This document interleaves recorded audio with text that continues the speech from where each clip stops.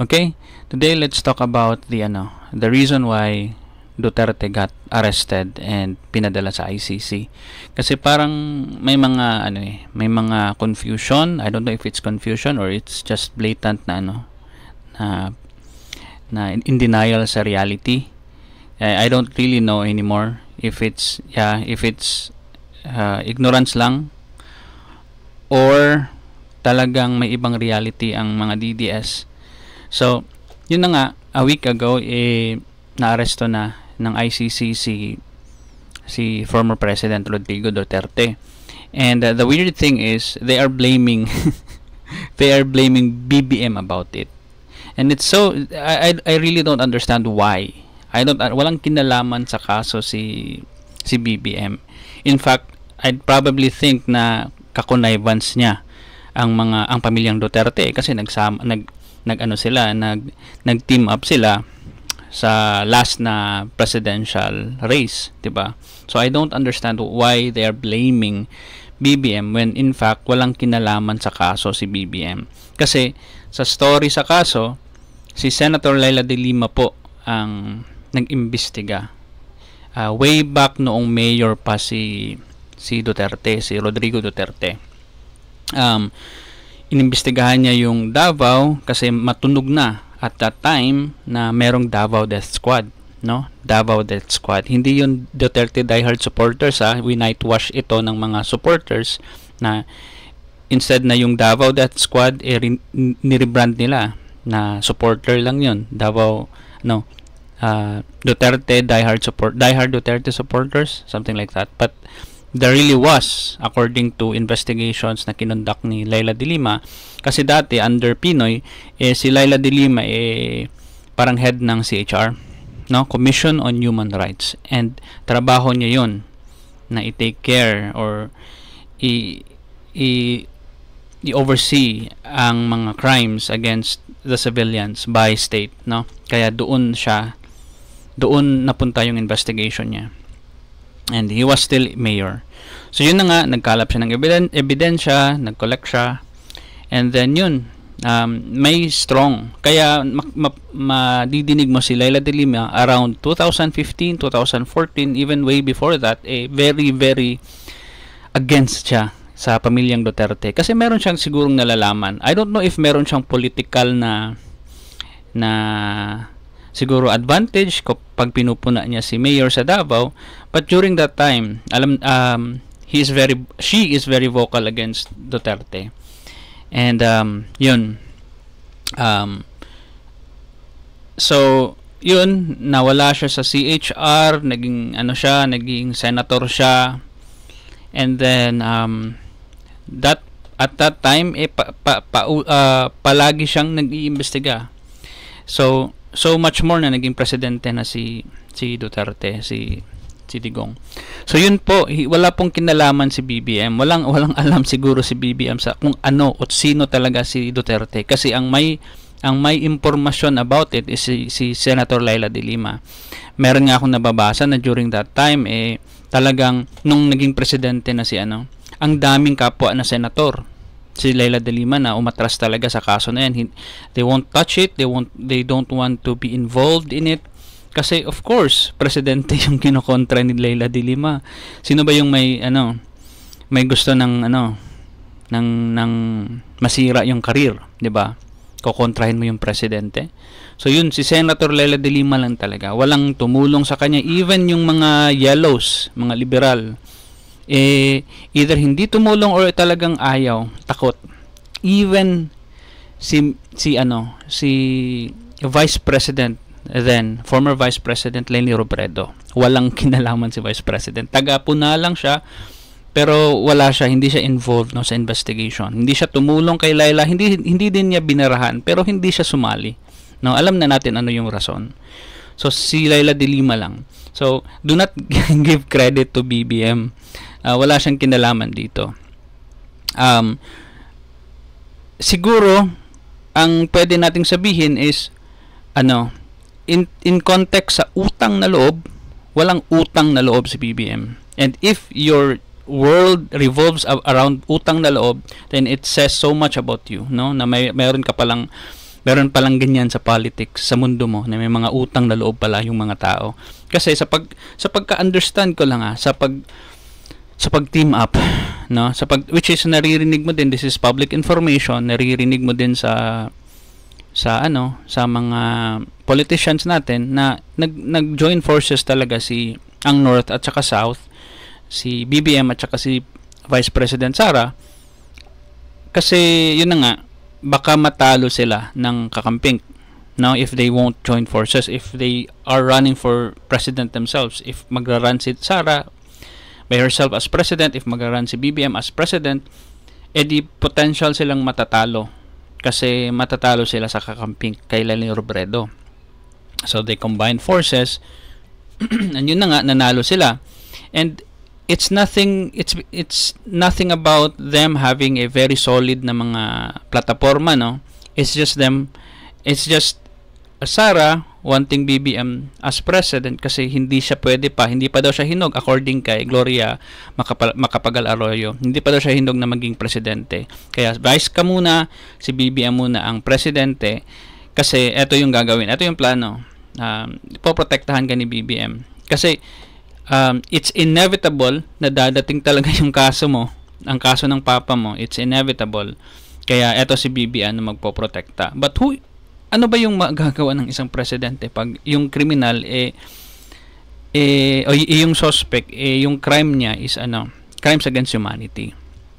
Na wala na siyang pwedeng magawa siguro as a president, kasi kailangan niyang makipag-coordinate. Sinabi na nga din ito ni Marcos, ni BBM, ni President Marcos, na kailangan niyang mag-coordinate sa Interpol, kasi we have been using Interpol to catch our own criminals. For example, si Alice Go na tumakas, Interpol ang humuli kay Alice Go, and all the other criminals na were trying to escape from Philippines.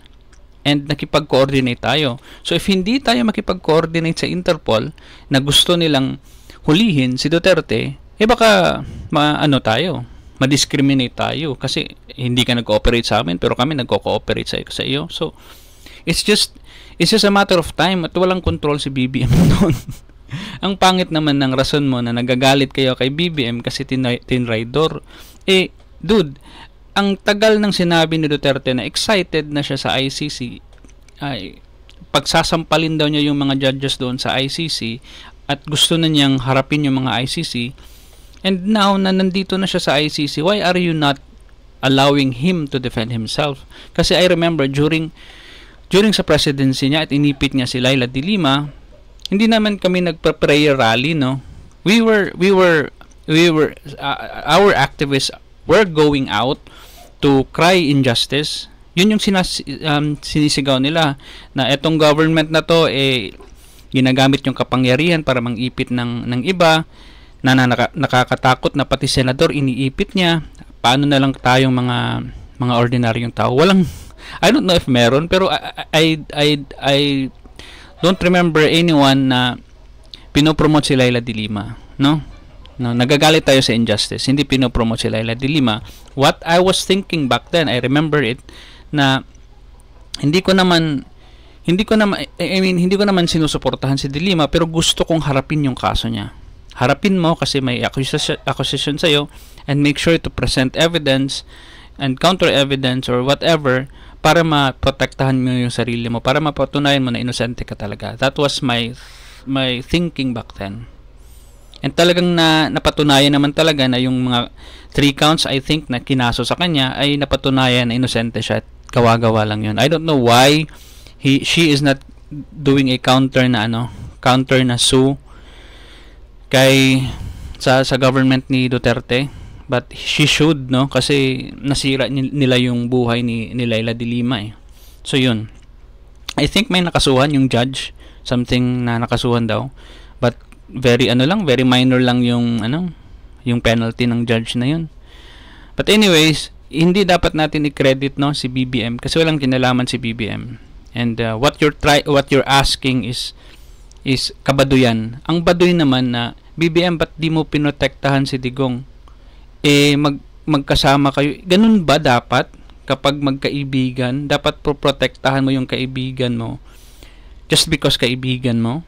kung meron akong kaibigan at may kaso siya, hindi ko naman babarahin yung justice system, hindi ko naman guguluhin yung mundo para lang maprotektahan ko yung kaibigan ko.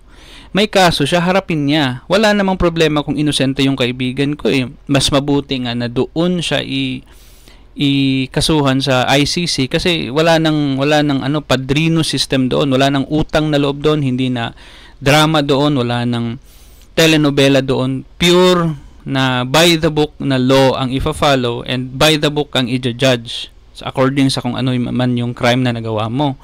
So I don't know why they are angry at BBM. Walang kinalaman sa BBM. Magalit kayo kay Leila de Lima kasi siya ang kumolekta na mga dozens and dozens of evidences para makulong si Duterte, no? So give de Lima the credit. And then eto pa, and then give Trillanes the credit as well. Sila itong dalawang senator na naging naging tinik talaga ni Digong sa whole career niya. Kasi even though walang kinalaman hindi alam wala pang idea si Trillanes kung anong pagka-mayor ba talaga si Duterte. Nalaman lang niya later noong Trillanes is needed to protect someone, to hide someone, to be as a security from someone. So enter Matubato. So si Matubato na introduce around 2016. We can say na parang parang timing na parang political na sabotage siya na during talaga sa presidency ni Duterte may lalabas talaga. Parang parang yung naririnig natin sa balita na pag may sikat na artista may magrereklamo na rapist daw yung artista. So ganun. But ganoon naman talaga Ganoon naman talaga yung wala naman talaga tayong alam kung may motivation ba or sabotage ba. What's important is yung mindset ko na sinabi ko dati. Okay, may allegations ka Leila de Lima, harapin mo, wag kang magdrama, wag kang iiyak sa TV na political assassination ito, which is hindi naman umiyak si Leila de Lima. I mean, umiyak siya injustice, pero hinarap niya, hindi siya nagtago, hindi siya naging hinarap niya ang kaso. Hindi siya nagtago, hindi siya pumunta sa ibang bansa para mag-seek ng asylum. Hinarap niya. Same with Noynoy Aquino na tinatawag nating Abnoy, no na ang dami ding kaso na inano sa kanya. I don't think it was a personal thing from Duterte. I don't think they have this personal grudge between each other, but may mga kaso siya. And then hinarap niya without any kind of neck braces, without any kind of wheelchair. Hinarap niya yung kaso and na-clear siya before he died. No, wala pala talaga yung mga issue about him, about sa SAF 44 and all those ding vaksha thingy. Wala, napatunayan na hindi yun totoo and cleared siya and inosente siya. Dapat ganun. So hindi na tayo magrarason ba na political assassination to. Ganyan talaga ang politics ng Pinas pag nawala sa trabaho, inaatake. Kung wala ka naman talagang kasalanan, kung wala ka naman talagang nagawang crime, you can face the judges, 'di ba? Which is yun yung ginawa ng kampo namin. Lahat ng mga tao na inakasuhan, even si Sereno, na Chief Justice Sereno who was against the war on drugs of Digong dati, nakasuhan din and na-proven din na hindi pala. Si Maria Ressa, about her Rappler na bayaran daw na hindi nagbayad ng tax, cleared din. Wala nang kaso. Ang ABS-CBN tinanggalan ng prangkisa, natanggalan na pero they're still on air, but yung mga allegations about them not paying taxes, na-present naman ng ABS na we are paying taxes diligently. So yun. And now na it's time for the Dutertes camp to face the full blown of the full blown na tatawagin ko na lang na revenge ng mga biktima. Eto na, may hinahanap na number one, si Harry Roque, no? Ang ingay niya, sinabihan niya, you need to face the full blah blah blah of the law, Senator Leila de Lima. But where is he now? Wala na, hindi na niya hinarap yung pag-summon sa kanya. Hindi na sino pa? Si sabi niya magpapa ano daw siya, magpapadakip daw siya, pero si Senator Trillanes daw yung magpoposas. Sabi niya recently na nagtatago na daw siya. And nag-seek na siya ng protection from Chis Escudero. So, they should face, no? They should all face their cases kasi inosente naman sila until proven guilty. If wala naman talaga silang ginawang illegal, wala silang dapat na ikakatakot. Same thing with all the other yellow tards na hinarap yung mga false accusations sa kanila. So it seems like, no, it seems like they are really scared, no. Natatakot na sila. Same with VP Sara, may mga allegations about corruption, blah blah blah, may mga yung pera, may mga yung mga ghost students daw sa isang school, 98%, no. So at least 200 million pesos na napupunta sa mga ghost students. So, these are allegations. She needs to face them. She can call it whatever she wants. Political assassination, pang-iipit, blah blah blah blah. But if kung wala naman talaga siyang kung wala naman talaga siyang kasalanan, haharapin niya. Kagaya ng hinarap dati ng mga politiko na napatunayan na hindi pala. Which is, I hope na kung hindi pala totoo, hindi dapat makulong si Sara, no, or ma-impeach.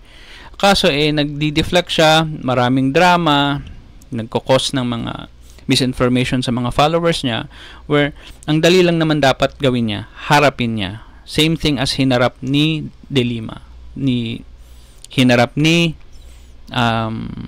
Sereno, hinarap ni Maria Ressa. So ganun lang, wala nang drama, dapat harapin niya. Same thing with Digong, hinarap niya now. So this is gonna be interesting kasi iimbestigahan si Digong and mahahalungkat yung mga bank na records niya.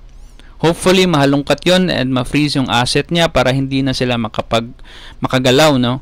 Kasi there's this accusation na meron silang mga troll farm that are propagating lies.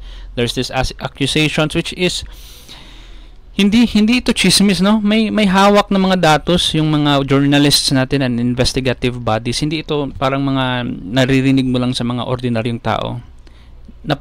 Naririnig natin ito sa mga news outlets na meron talagang mga ganitong nangyayari. It's just hindi lang talaga ito proven and hindi pa tayo nakakakita sa mga evidences. Kasi yun nga, dapat pang kasuhan. But allegedly there are troll farms. Allegedly there are vloggers that are paid to disseminate disinformation. Ano pa? So yun. So wag niyong ibigay ang credit kay BBM, ang kapal naman ng mukha niya na ibigay niyo sa kanya yung credit ng pagpakulong sa kay Duterte. Give the credit to Senator Laila de Lima and Antonio Trillanes. Sila yung nagkaso talaga. And to the victims who, of course, kasi kung wala sila, walang nagreklamo, walang ICC. So bigay natin yung credit din sa kanila. Kasi ganito yung nangyari, no? Story naman punta tayo sa story ni Matubato na ginawang joke dati sa Senate hearing. Now people are reviewing his videos. People are watching now his videos. People are taking him more seriously now. Kasi napunta na nga sa ICC si Duterte. So yun nga, yung kwento naman ni Matubato, which I didn't believe as well. Kasi parang sobrang ridiculous, no? Parang unbelievable naman. May ganitong mga tao talaga. But let's just remember his story, no?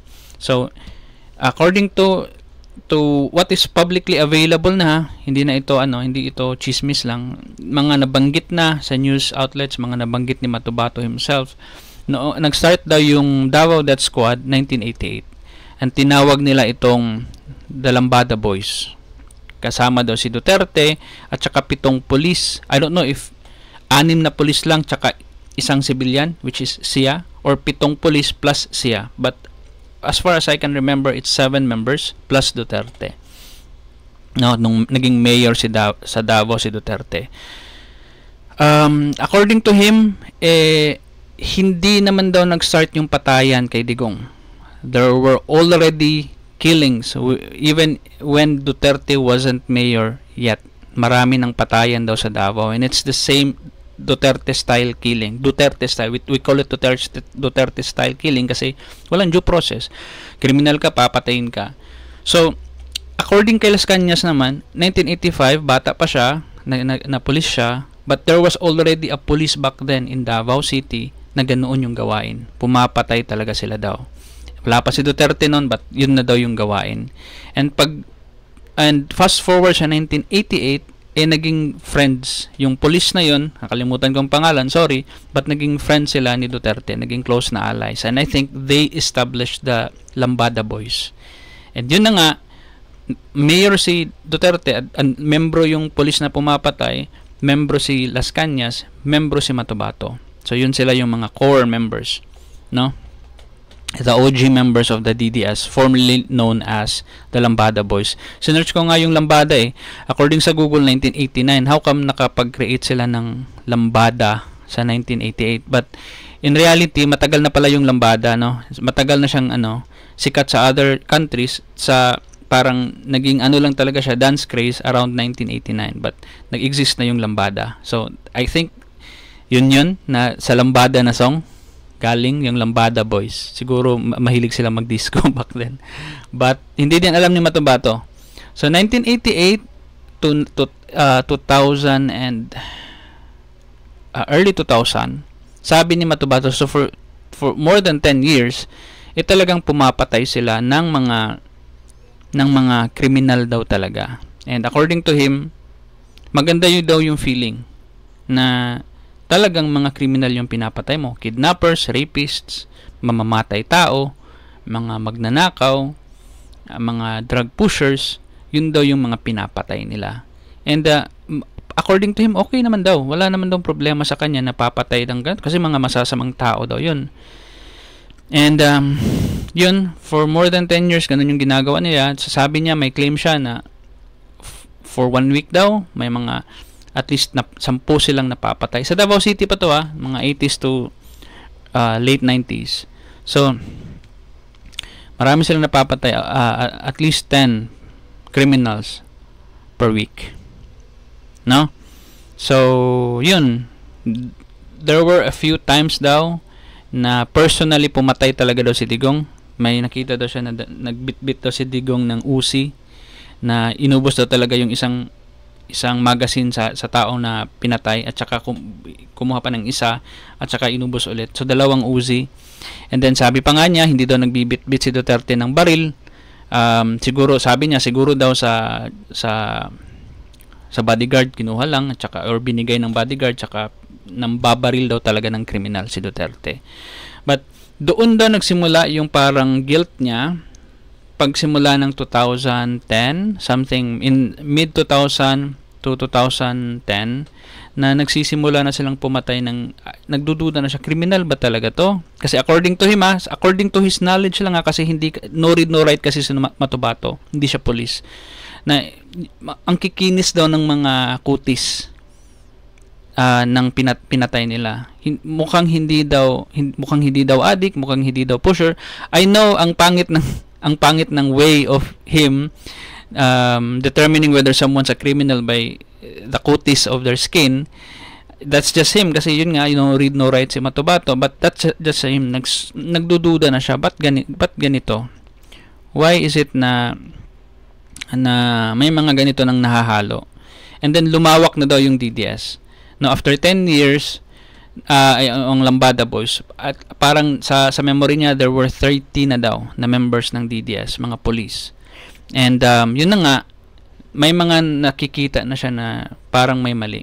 Yung number 1 is si June Pala talaga. Na-remember niya na-mention niya yung pangalan So the assassination of June Pala on 2003. June Pala is a former ally of Duterte turned critic.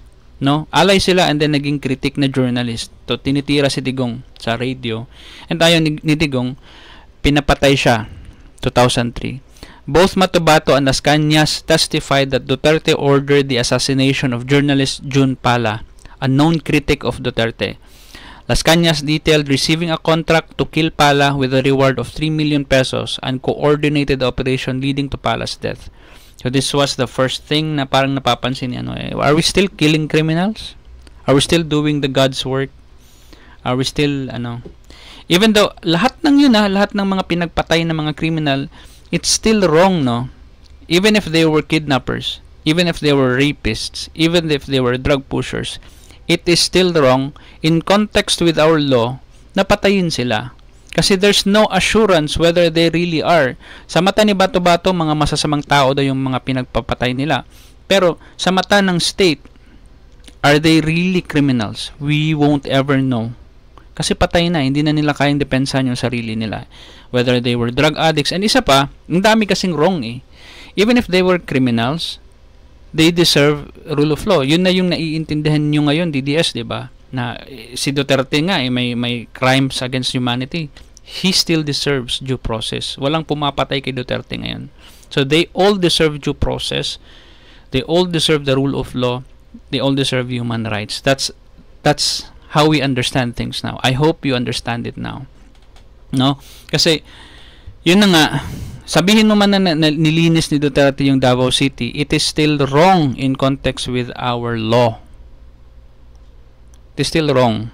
Sabihin mo man na ang ganda na ng Davao City, wala nang mga criminal at saka addict, it is still wrong to kill them. No? Just because they are. What should happen is, dakpin yun, i-undergo ng process and i-make sure na yung hanay mo and yung judicial mo and yung presuhan mo talagang makukulong yung tao. Kasi yung reklamo ng iba, ikukulong mo dyan, lalabas na naman yan.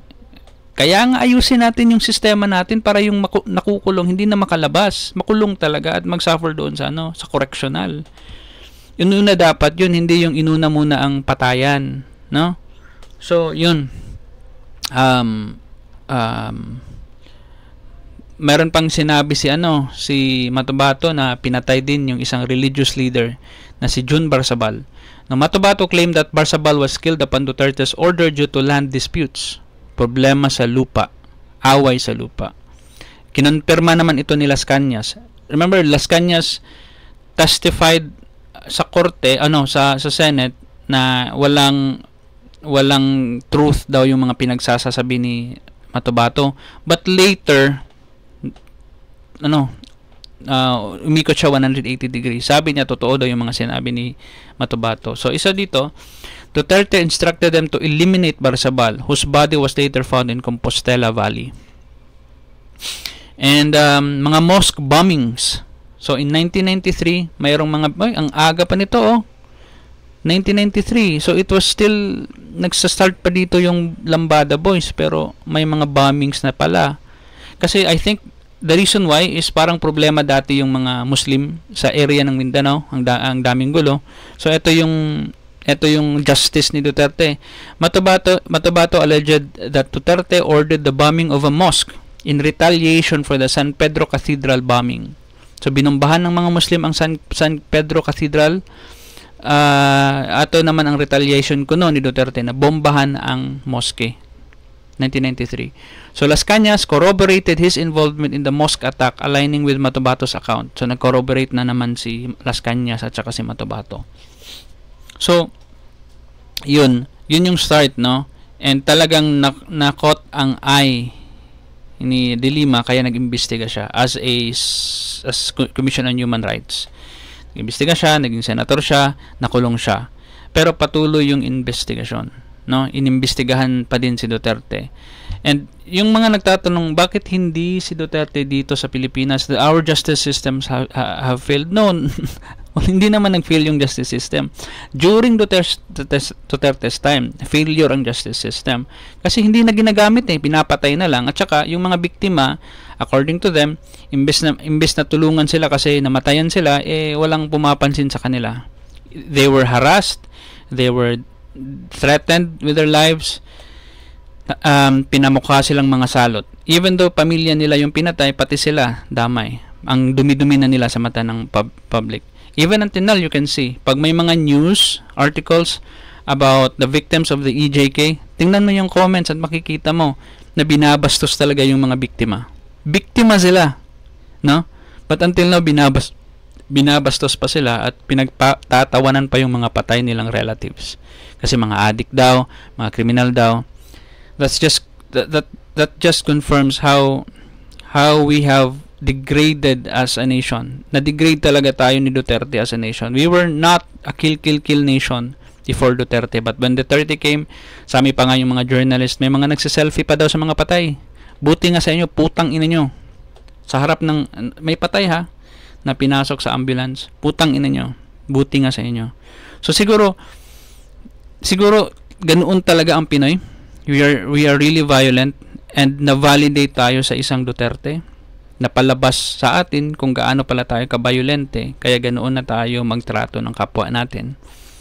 Siguro ganoon pala tayo, hindi pala tayo mga, sorry, wait lang.